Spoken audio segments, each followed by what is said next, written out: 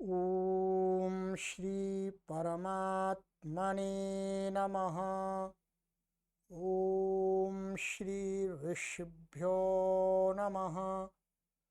ओम श्री गुरुभ्यो नमः। ओम सहनाववतु सहनौ भुनक्तु सह वीर्यं करवावहै तेजस्विनावधीतमस्तु मा विद्विषावहै। ओम शांति शांति शांति।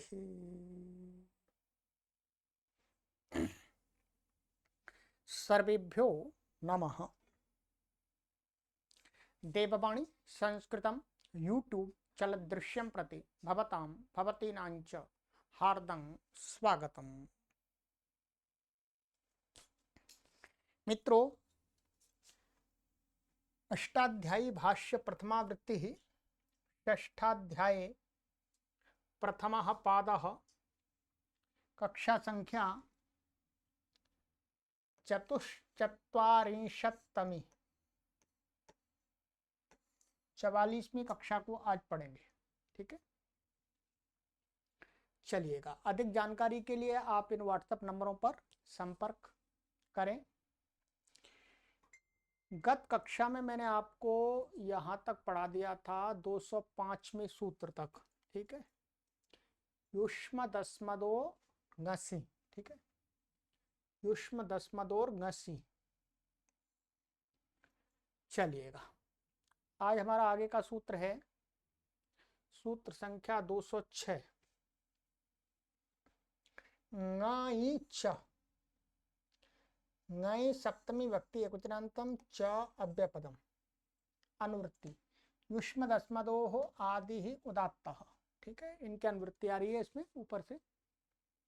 अर्थ ngई चा परतो युष्म दस्मदोः आदि उदात्तो भवति। कैसे हैं? गई गई का अर्थ है ङे। चतुर्थी विभक्ति एक वचन का जो ङे प्रत्यय है उसी को कह रहे हैं गई। ङे के परे रहते भी युष्मद और अस्मद को का आदि उदात्त हो जाता है। पूर्व में जैसा था वैसे इसमें भी कर दिया।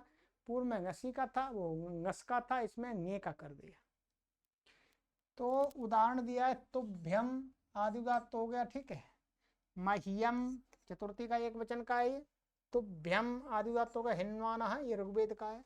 मह्यम वातः पवताम ये भी वेद का है। तो आदि उदात्त हो गया। यहाँ पर सिद्धि विशेष रूप से हमें नहीं करनी है, केवल स्वर देखना है। तो यहाँ पर क्या होता है? तुभ्य महियाऊ गई, ये 7वें अध्याय के प्रथम पाद का नहीं है, द्वितीय पाद का सूत्र है। वास्तव में यहाँ गलती से लिखा गया है। ये आपका 7-2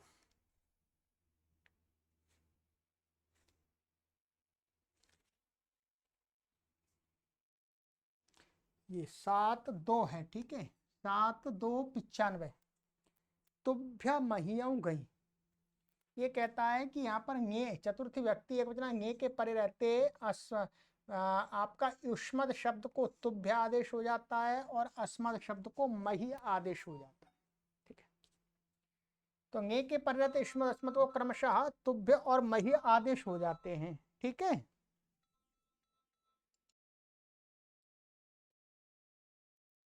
तो ये हो गया। तो आदेश होगा तथा ङे को ङे प्रथमयो रम, और ङे को क्या हो जाता है? 7वें अध्याय के प्रथम पाद का 28वां सूत्र है। ङे को अम हो जाता है।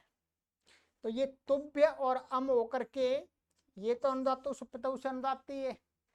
युष्मद और अस्मद ये शब्द कैसे थे? आपको गत कक्षा में बताया था कि ये मदिक प्रत्यांत होने के कारण से ये अंत उदात्त थे। तो इनके स्थान में जो आदेश होगा तुभ्य और मही, ये भी अंत उदात्त होगा। ठीक है, और जब अम होगा ये अनुदात्त है। तो अनुदात्त का इसमें क्या हो जाएगा, या तुभ्य और अमी पूर्व एकादेश हो जाएगा। तो उदात्त अ और अनुदात्त अ दोनों का जो एकादेश होगा वो क्या हो जाएगा, उदात्त हो जाएगा। एकादेश उदात्त अनुदात्त। तो ये शब्द क्या प्राप्त हो रहा था, मह्यम, ये अंत उदात्त प्राप्त हो रहा था। तो इस सूत्र ने कहा नहीं, ञे के परे रहते तो आदि उदात्त हो जाता है, ध्यान रखेंगे, ठीक है। तो ञे के परे रहते में ये आदि उदात्त हो गया यहाँ पर सब जगह, यही है बस, और कुछ भी नहीं है। चलिएगा, ये हो गया। यतो नावह,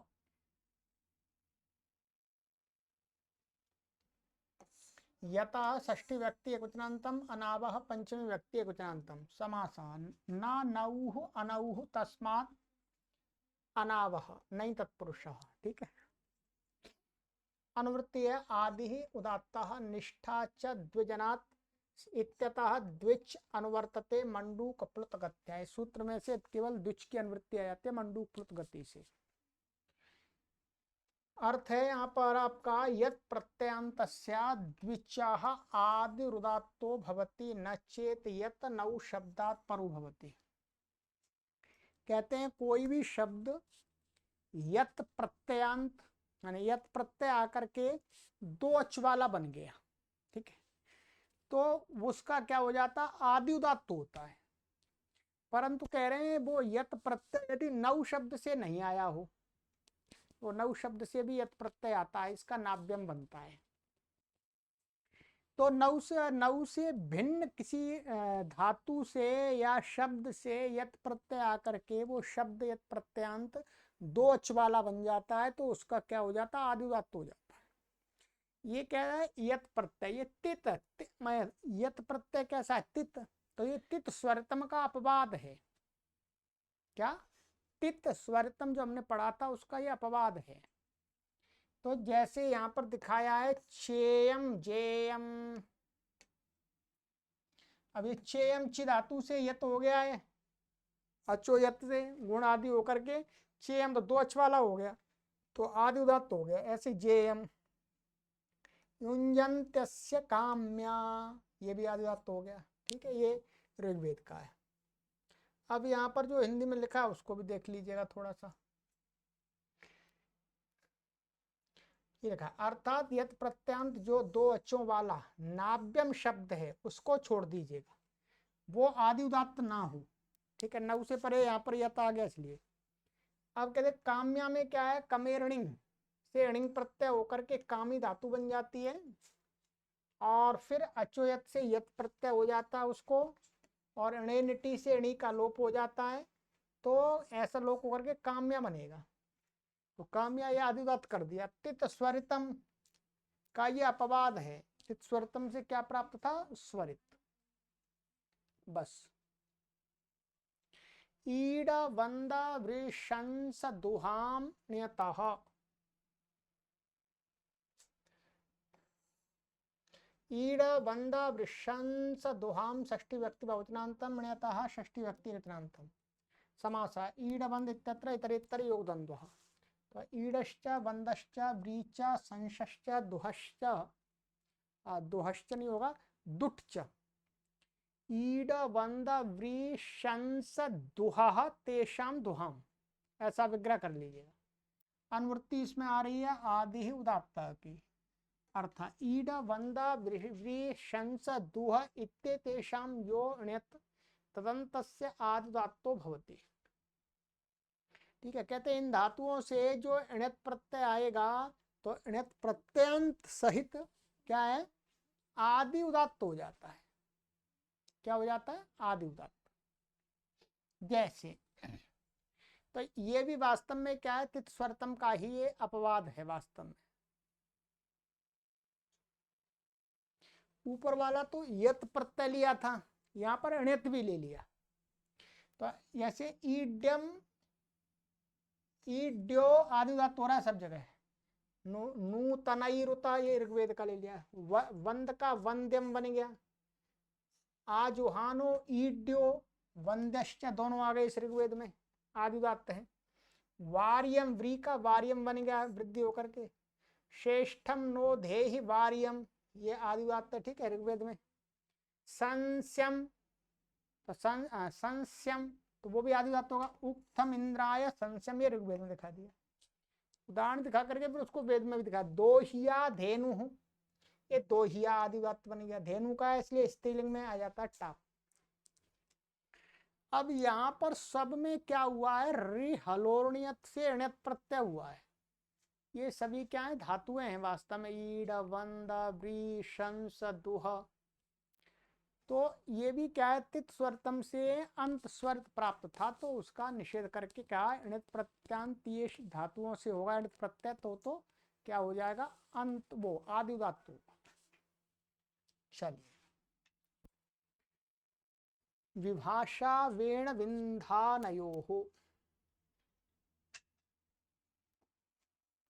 विभाषा प्रथमा व्यक्ति एकवचनान्तं, वेण विंधानयोः षष्ठी व्यक्ति द्विवचनान्तं। समासः वेण विंद इत्यत्र इतरित्र द्वन्द्वः, तो समास कर लीजिएगा, वेणुश्च इंधानश्च वेण्विंधानौ तयोः वेण्विंधानयोः, ठीक है। अनुवृत्ति आ रही है आदि उदात्त, अर्थ वेणु इंधान इत्येतयोः विकल्पेन आदि उदात्तो भवति। कहते हैं वेणु शब्द है और ईंधन शब्द है, इन दोनों को क्या है, विकल्प से आदि उदात्त होता है, तो पक्ष में यथा प्राप्त स्वर हो जाएगा। यथा प्राप्त अर्थात अभी बताते हैं क्या होगा। उदाहरण यहाँ पर दे रहे हैं, ये वेणु वेणु, ये आदि उदात्त होगा, अंत उदात्त हो गया। इंधान इंधान इंधान इंधानो अग्नि, ठीक है। इंधाना इंधाना करके यहाँ पर चार दिए हैं, देखेंगे ये चार क्यों दिए। दो तो ये दिए हैं, एक आदि उदात्त हो गया, एक अंत उदात्त हो गया, और दो ये दिए हैं, एक मध्य उदात्त हो गया ये, और ये एक हो गया आपका आदि उदात्त, ठीक है। चार उदाहरण दिए हैं। एक ईंधन शब्द में जो दिख रहा है स्वर भेद से, वो चार प्रकार का है।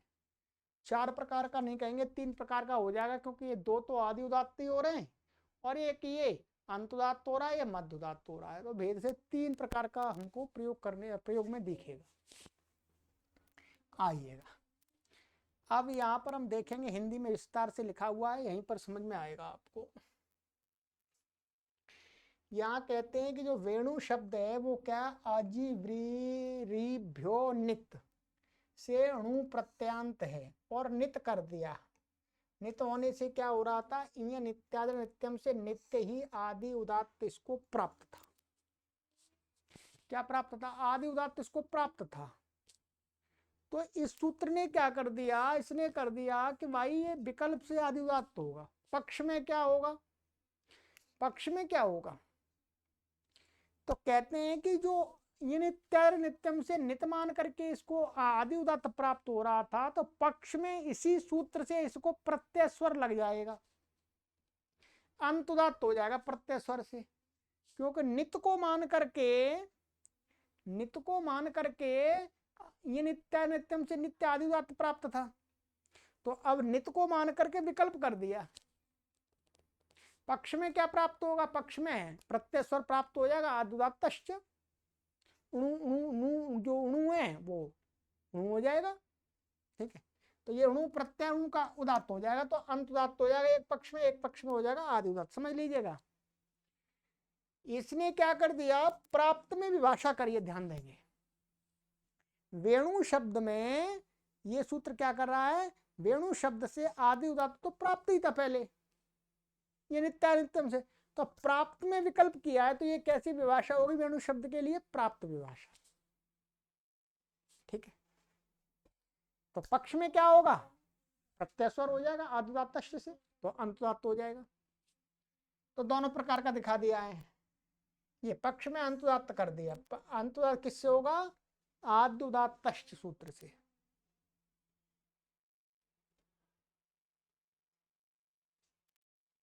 आइएगा, कहते ए इंधी धातु से ईंधन शब्द भी, ये इंधी धातु से बनता है ईंधन। क्या है, ईंधन शब्द है वो क्या है, ताच्छिल्य बहुवचन शक्तिषु चानस, ये 3-2-129वां सूत्र हमने पढ़ लिया है। इससे क्या होता है, चानस प्रत्यय होता है।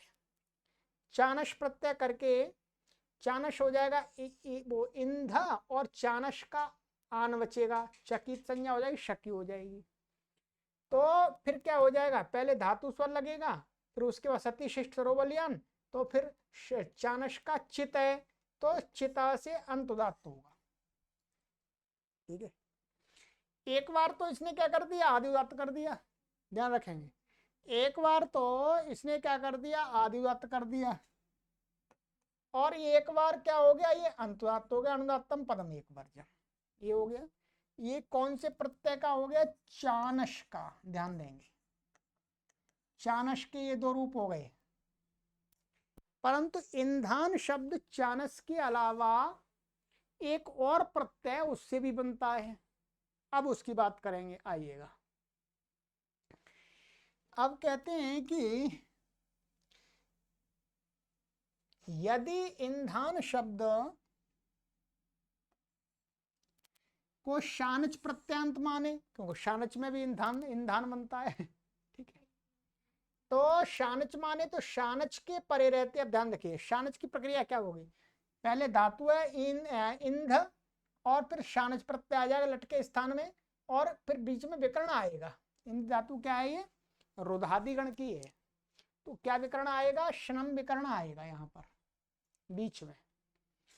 तब क्या स्थिति हो जाएगी, शनम मिदचोन तत्परा से कहाँ होगा, ई और इंध, ये ना शनम का ना हो गया, ये श और मा की संज्ञा हो जाएगी, और अंधा और आन, शानच का आन बचा। देखते रहिए ध्यान से।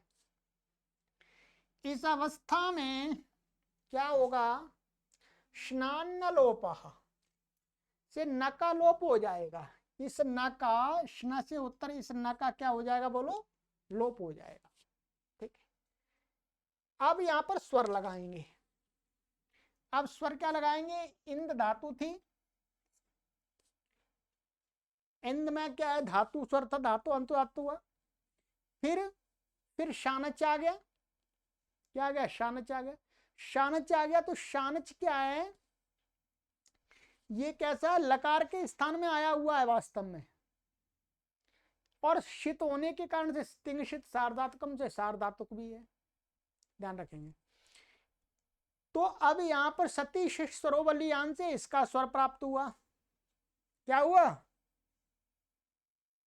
इसका स्वर क्या प्राप्त हुआ, प्रत्यय परश्च आदुदात्तश्च आदिउदात्त।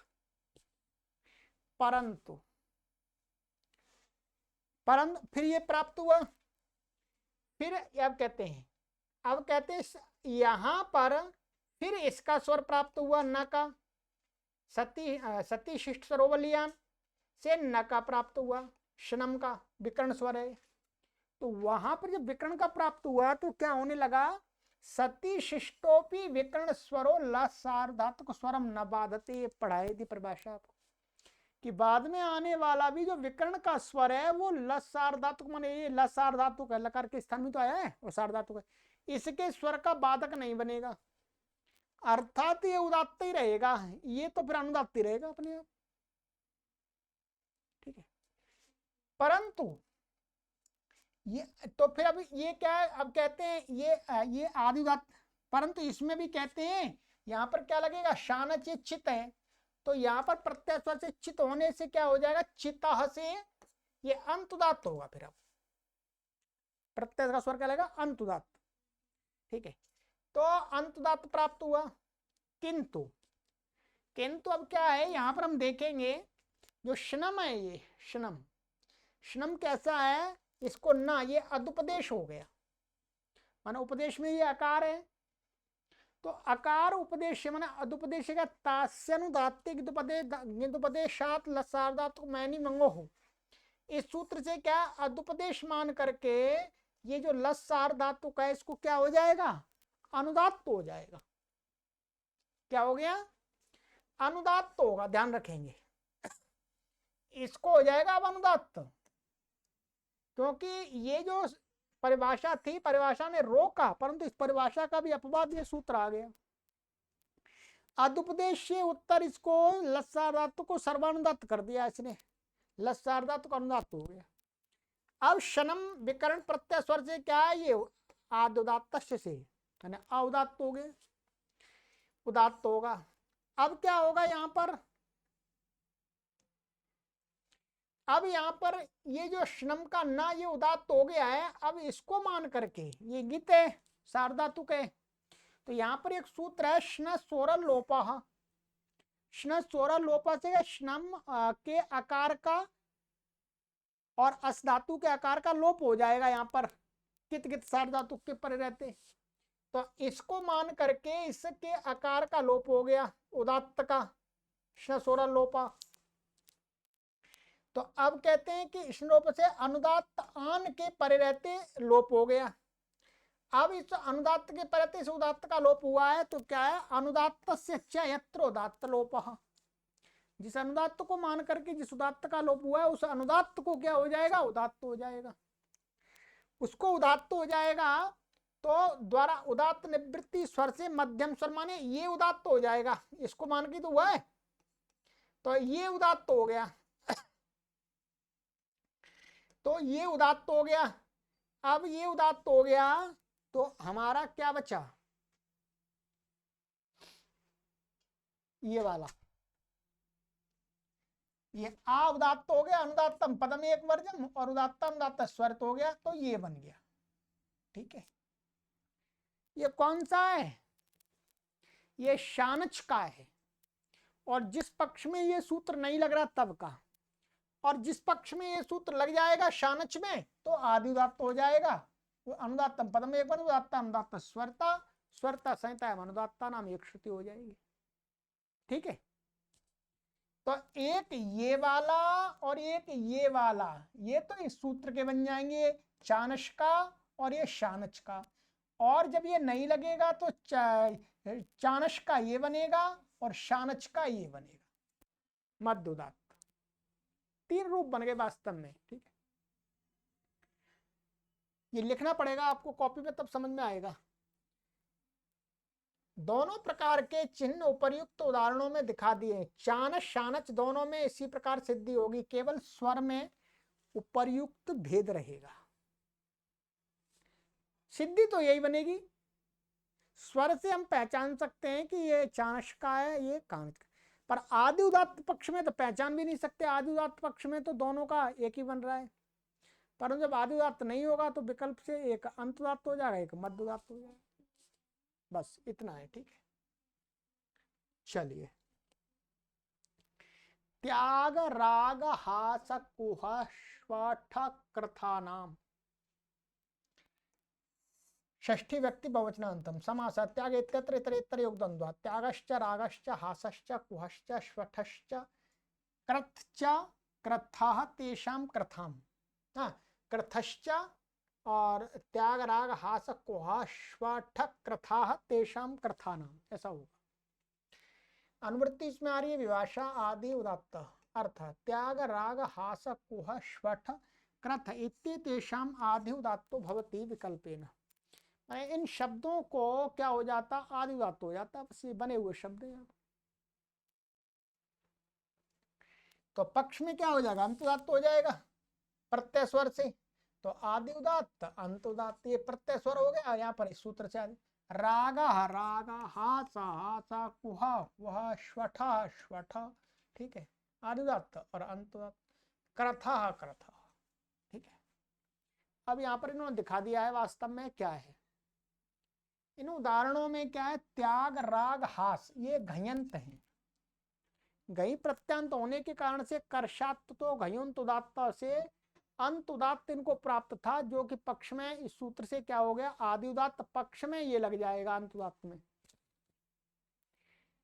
और जो हो गया कुहा स्वठ कृथ, ये शब्द कैसे पचाद्यच है, पचाद्यच माने अच प्रत्यांत है, अच प्रत्यांत होने से क्या चिता से अंत उदात्त हो जाएंगे, और जब इससे हो जाएगा तो आदि उदात्त हो जाएंगे, बस इतना ही है।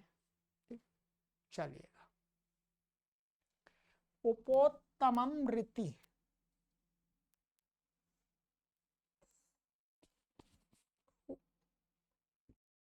उपोत्तमम अव्यपदम रीति सप्तमी व्यक्ति वचनांतम समासा रेफ इत यस्य स ऋत तस्मिन् रीति बहुब्रीहि। अनुवृत्ति उदात्त सौवर्यः सप्तम्यस्तदन्त सप्तम्यो भवन्ति इति नियमात् ऋदन्तस्य इत्यर्थो भवति। ये ध्यान रखेंगे। अब बताइए अनुवाद। स्वर के प्रकरण में जो सप्तमी विभक्ति जिस शब्द में लगाई जाएगी, तो सप्तमी विभक्ति का व्याकरण में क्या अर्थ होता है? तस्मिन् इति निर्दिष्टे पूर्वस्य, परे अर्थ होता है वास्तव में, उसके परे अर्थ पूर्व को, परंतु स्वर प्रकरण में वो नहीं है। कहते हैं ये परिभाषा है कि सौवर्यः माने स्वर के विषय में, स्वर के प्रकरण में होने वाली जो सप्तमी विभक्तियां होती हैं उनका अर्थ क्या हो जाता है? तदंत। तदंत को कार्य होता है, परे रहते कार्य नहीं होता, तदंत सहित को कार्य होता है। ठीक है, तो इसलिए यहाँ पर ऋति, ऋति का अर्थ ऋत प्रत्यय के परे रहते नहीं है, ऋदंत शब्द को, ऋत प्रत्यांत शब्द को कार्य होगा, न कि ऋत के परे रहते होगा। ये ध्यान रखना है, ऐसा अर्थ होता है। अर्थ ऋदंतस्य उपोत्तमम उदात्तम भवति। कहते हैं ऋदंत जो भी शब्द होगा ऋत प्रत्यांत, तो रेप जिसका हित है, तो ऐसे का क्या होता है? उपोत्तमम उदात्तम भवति। उपोत्तम का अर्थ क्या होता है? तीन या तीन से अधिक अचों वाले शब्द में जो अंतिम अचो होता है वो होता है उत्तम, और उससे पूर्व वाला, अंतिम से पूर्व वाला जो अचो होता है वो होता है उपोत्तम, तो वो उदात्त हो जाएगा। ठीक है, तो जैसे करणीयम, तो यहाँ पर अनियर प्रत्यय, ये अनियर प्रत्यय होने से क्या, अनियर प्रत्यांत शब्द का उपोत्तम उदात्त होगा। तो ये क्या है इसमें, ये तो हो गया उत्तम, ये वाला आ, और ये हो गया उपोत्तम, तो ये उदात्त हो गया। ठीक है, ऐसे हरणीयम, ये उदात्त हो गया, ये भी अनियर प्रत्यांत है। ठीक है, पटु जातीय, मृदु जातीय, इसमें क्या है? जातीय प्रत्यय हुआ, प्रकार वचने जातीय से, तो जातीय, तो ये भी क्या है इसका उपोत्तम, ये उदात्त हो जाएगा। अनुदात्तम पदम एक वर्जम उदात्तानुदात्तस्य स्वरितः। चलिए, ये हो गया आपका। चलिए, ये बता दिया ना, बता दिया तीन या तीन से अधिक स्वरों वाले शब्दों का अंत अक्षर उत्तम होता है, उसके समीप वाला पूर्व वर्ण उपोत्तम होता है। ये आपको पहले ही बता दिया था चौथे अध्याय में, फिर दोबारा बताते रह रहे बार बार। चंगन्यतरस्याम, तो ये ध्यान रखेंगे जहां पर भी सप्तमी आएगी स्वर प्रकरण में, तो वहां तदंत को कार्य होगा, न कि परे रहते। चंगी सप्तमी व्यक्ति वचनांतम, अन्यतरस्याम सप्तमी व्यक्ति वचनांतम, अनुवृत्ति उपोत्तमम उदात्तः, अर्थात चंगन्तस्य अन्यतरस्याम उपोत्तमम उदात्तम भवति। कहते हैं चंग प्रत्यय के चंगंत, चंग वही है, लुंग लकार में चंग होता है, चंग, तो चंगंत को विकल्प माने विकल्प करके क्या है, चंगंत का उपोत्तम उदात्त होता है। चंगंत का उदाहरण दिया, माँ ही चीकरताम, माँ ही चीकरताम, तो यहाँ पर चंगंत क्या बनता है, ये इतनी है, अभी ये नीचे सिद्धि बता रहे, ये उदात्त हो जाएगा, ये उपोत्तम है। चंग, ये र का आ है, ये वास्तव में क्या है, चंग का आ है ये, तो ये चंगंत इतना शब्द है वास्तव में इतना, तो इसका उपोत्तम का उदात्त होगा, का। जब नहीं होगा तो फिर प्रत्यय स्वर से ये हो जाएगा, चंग का आयु उदात्त हो जाएगा। अब आ जाइएगा इसके विषय में, सिद्धि पूरी इन्होंने दिखा दी है, यहीं देख लेते हैं।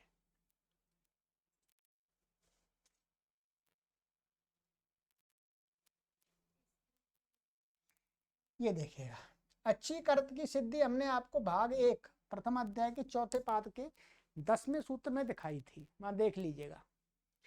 ठीक उसी प्रकार से यहाँ पर ये एक वचन की है, ये द्विवचन का तस प्रत्यय आ जाता है, और तस को क्या हो जाता है, तस थस्त विपाम ताम तन तामा से ताम आदेश हो जाता है, तो ताम आदेश होकर के तथा न मांग योगे से लुंग लकार का है, तो अटागम का निषेध होकर के चीकरताम बन जाता है। सारी बिल्कुल ऐसा ही, चीकरताम या तस को ताम हो गया।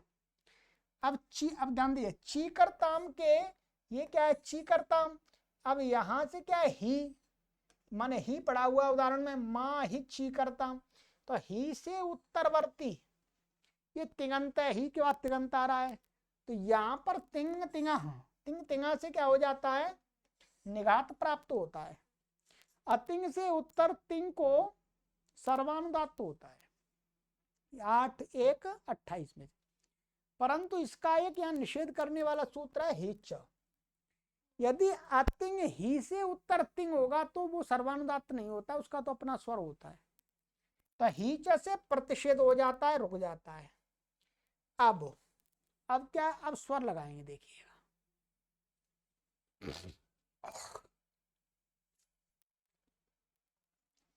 चंग को अदुपदेश मान करके तास्यनुदात्तिंग सूत्र से ताम लसार्दात्त को अनुदात्त हो गया।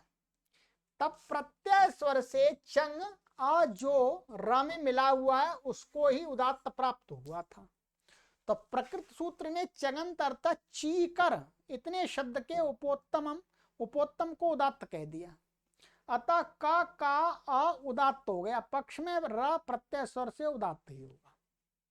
अब इन्होंने लिख दिया, यहाँ पर मैं लिख के बता देता हूं, यहाँ लिखा हुआ है कैसे होगा, देखिएगा। ये है चीकर और ये ताम है, ठीक है, और ये चंका अ है, ठीक है। स्वर लगाएंगे, धातु स्वर यहाँ लगेगा सती शिष्ट सरोबलियान से, फिर ये लग जाएगा, क्या ये क्या हो जाएगा, उदात्त हो जाएगा। फिर प्रत्यय स्वर लगाएंगे सती शिष्ट सरोबलियान, परंतु परिभाषा है का सती शिष्टोपि विकर्ण स्वरा लस्सार्धातु स्वरम न बाधते, तो इसका बाधक नहीं बनेगा। परंतु फिर उसका भी अपवाद सूत्र है तास्यनुदात्तिंग दुपदेशा लस्सार्धातु मैनी मंगो, ये अदुपदेश है। तो अदुपदेश से उत्तर क्या है, लस्सार्धातु स्वर क्या हो जाता है, अनुदात्त हो जाता है।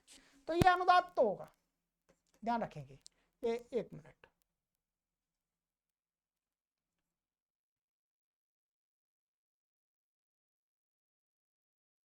ये अनुदात्त होगा। अब यहां पर फिर ये स्वर लगने लगेगा इसका। तो अब हमें देखना है, ये स्वर प्राप्त हुआ है वास्तव में प्रत्यय स्वर आ। अब यहाँ इस सूत्र, ये सूत्र अब लगेगा, अब कहेगा ये चंगंत इतना भाग है, ची क इतना भाग चंगंत है। तो चंगंत अब इसका कहा है इसने विकल्प से, इसको उपोत्तम, इसका उपोत्तम क्या है, ये अंतिम हो गया, ये उपोत्तम हो गया, उदात्त हो गया, ये स्वर हट जाएगा। तो क्या बन गया, चीकार अनुदात्तम पदम एक बार उदात्ता अनुदात्ता स्वरता स्वरता संहिता अनुदात्ता। जब ये सूत्र नहीं लगेगा तो प्रत्यय स्वर रह जाएगा, तो चीकार का ये उदात्त हो जाएगा, अनुदात्तम पदम एक बार उदात्ता अनुदात्ता स्वरता, छुट्टी। बस इतना ही है, ठीक है। चलिएगा,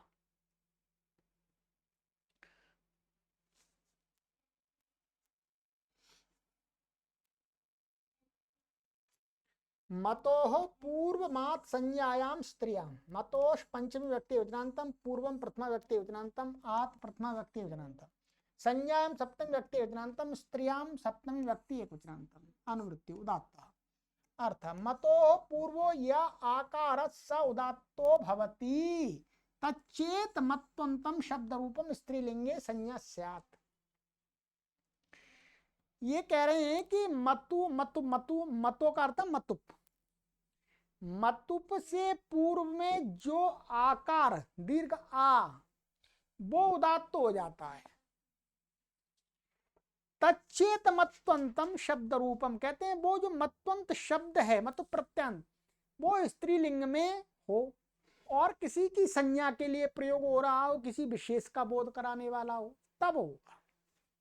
तो यहां उदाहरण देते, उदुम्बरावती, पुष्करावती, वीरणावती, शरावती, ये सभी शब्द क्या स्त्रीलिंग में हैं, मतु प्रत्यांत हैं,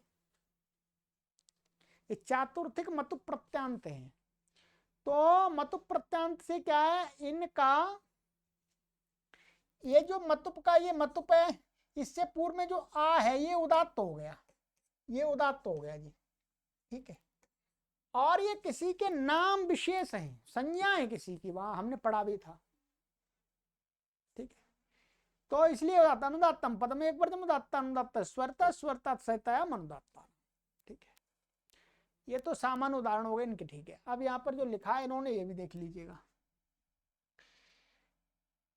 मतुप से पूर्व आकार को उदात्त हो गया, मतलब मतुप के म को व जो दिख रहा है वहां पे, मतुप म को संज्ञायाम 8 तो 11 से हुआ है, सब जगह क्या है संज्ञायाम से, मतुप के मकार को व हो गया है।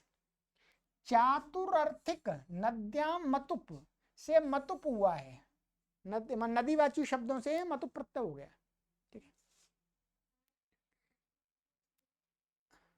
है। नदीवाची था, नदी, नदी को, विशेष नदी को कहने के लिए, ठीक है। मतुप परे रहते पूर्व को क्या हो गया है, मतऊ बहुचो नजरादि नाम से दीर्घ हो गया है, सभी दीर्घ हो गया, ठीक है। शरा, ये शर था तो शरा हो गया।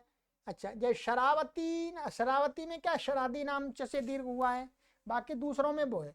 नीप, नीप प्रत्यय आया, वो तो अनुदात्त है, इपित होने से अनुदात्त है। तो यहाँ पर ये कहना चाह रहे हैं, ये जो दीर्घ हो रहा है, पुष्कर शब्द था, पुष्करा हो गया, तो ये मतऊ बहुचो नजरादी नाम से हो गया, और शरावती शब्द में शरादी नाम से हुआ है केवल, ठीक है।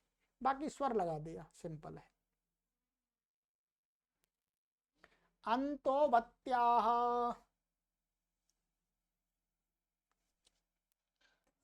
अंत प्रथमा व्यक्ति योजनान्तम, अवत्याः षष्ठी व्यक्ति योजनान्तम, अनुवृत्ति संज्ञायाम उदात्त है। अर्थ अवति शब्दान्तस्य संज्ञायाम विषयंत उदात्तो भवति। कहते हैं जो अवति शब्द है, माने अवति शब्द अंत में है, जिसके दिख रहा है अवति, जहां अंत में दिख रहा है, तो उसके संज्ञा के विषय में, संज्ञा में प्रयोग हो रहा हो तो उसका अंत उदात्त हो जाता है। जैसे आजिरावती, तो ये अवति अंत में दिख रहा है, तो ये अंत उदात्त हो गया। खादिरावती, हंसवती, कारंडवती, ठीक है।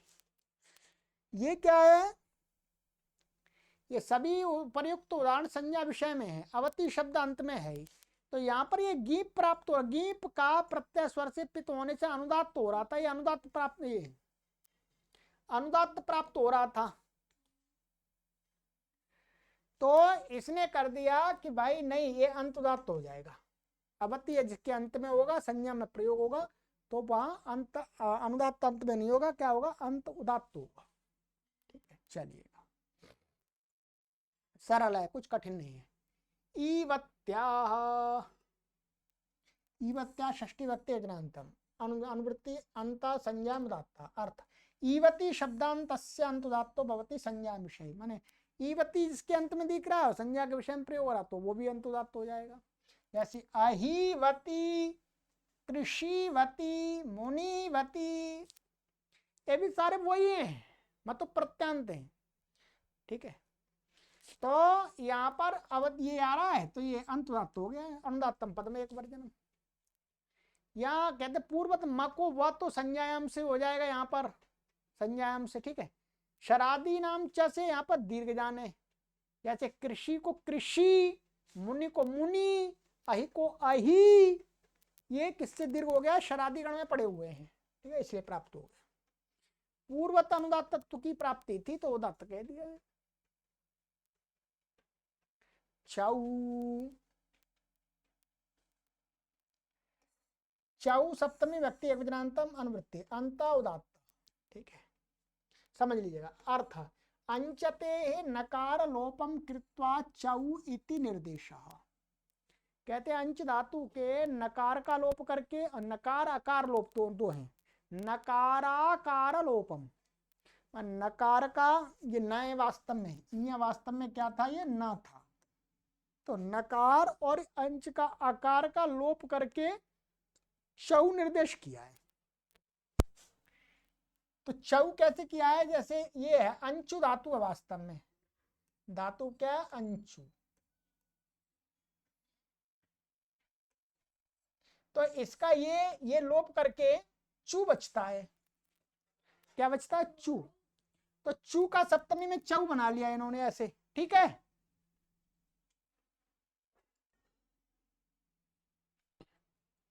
ठीक है, तो कहे चौ परता पूर्वस्यांत उदात्तो भवति, जहां पर केवल चू, चू का मतलब च बच रहा हो, च के परे रहते पूर्व को उदात्त होता है, इनका कहने का भाव ये है कि जहां पर आकार अंशु के आकार का और नकार का लोप होकर के केवल च बचता है, उस स्थिति में जो पूरा जो शब्द है वो आदि उदात्त वो क्या हो जाएगा, पूर्व का अंत उदात्त होगा। चू के परिवर्तित च से पूर्व जो होगा वो उदात्त होगा। उसके उदाहरण दिखा रहे हैं। जैसे दधीचः पश्य, तो दधीचा आ गया, दधीचा दधीचे, मधुचाह मधुचा मधुचे। यहां पर वास्तव में क्या है, ये देखें, ये अंश का ये सब कुछ लोप हो गया, ये च बचा है केवल, और ये द्वितीय व्यक्ति बहुवचनांत का शस है। तो यहां पर इससे पूर्व में ये उदात्त हो गया, क्योंकि यहां पर अंश का भी लोप हो गया, य का न का भी लोप हो गया है शस के परे रहते, इसलिए यहां पर ये इसको इससे पूर्व में उदात्त हो गया। अब यहां पर हिंदी में लिखा हुआ है, उसको समझ लीजिएगा, पूरा समझ में आएगा तभी आपको। देखिएगा, दध्यंचतीति तान दधीचा, ये पहले भी बताया था एक बार। यहां दधि उपपद रहते हुए, ध्यान दे, दधि शब्द उपपद रहते हुए अंशु धातु से क्या हुआ है, कुन प्रत्यय हुआ है, कुन प्रत्यय हुआ। अब यहां पर क्या होता है, गतिकार को पदार्थकृत से उत्तर पद का प्रकृति स्वर होने से अंशु के अधातु स्वर से उदात्त है, ठीक है। अनिदिताम हलपदा किंगति से नकार का लोप हो जाएगा, क्विन का सर्वापारी लोप होकर के इतना हो गया। अब यहां पर आपको देखना है, ये हो गया दधि, ध्यान रखेंगे, और अंश, अंश का न का भी लोप हो गया, नकार का अनिदिताम हलपदा किंगति जैसे, तो च बच्चा, ठीक है। अब हम इसमें स्वर लगाएंगे तो यहां पर ये इसमें समास होता है, दधि अच क्या होता है, समास होता है। ये कुन प्रत्यय तो लोप हो गया, ऊपर तो समास होता है। समास होने के बाद समास से इसको अंतुदात्त प्राप्त होता है, परंतु उसका अपवाद सूत्र है गतिकार को पदार्थकृत।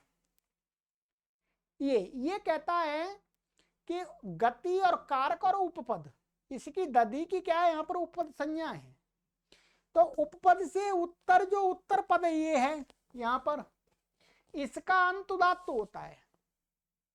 तो अंत उदात्त क्या है, ये आई तो है, ये उदात्त प्राप्त हुआ, अधातु स्वर से उदात्त हुआ, इसका मतलब प्रकृति स्वर।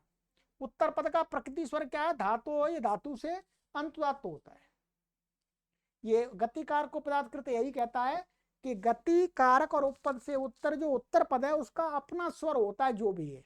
तो इसका अपना स्वर क्या है, ये धातु है अच, तो इनका तो लोप हो गया है,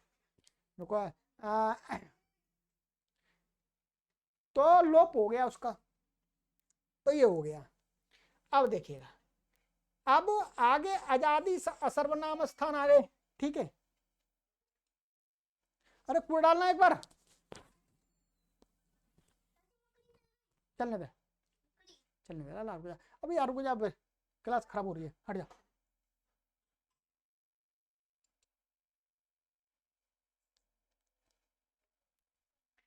तो ये हुआ, यहां पर आ गए। अब ये शस आ गया, टा आ गया और ये आ गया। अब इसके व्यक्ति के परिवर्ते क्या हो जाता है, अंशु उदात्त, जो ये उदात्त था यहां विभक्ति आ गई, शस का ये अस बचा। यहां पर क्या, अचाह, अचा सूत्र से क्या हो जाता है, इसका लोप हो जाता है। क्या हो जाता है, लोप, लोप हो गया।